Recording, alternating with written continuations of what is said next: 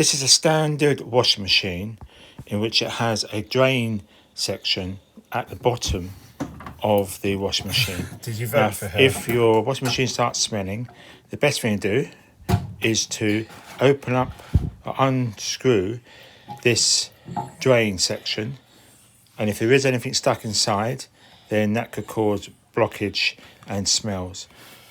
When you're happy that nothing is left inside, give it a good clean. You can also clean any other parts you need to replace. When that's clean, then replace that as well, screw it back in. Make sure it's reasonably tight, but not too tight. Push the cover up. And that's it. Thank you for watching. And if this video gave you value, then please share, like, and subscribe.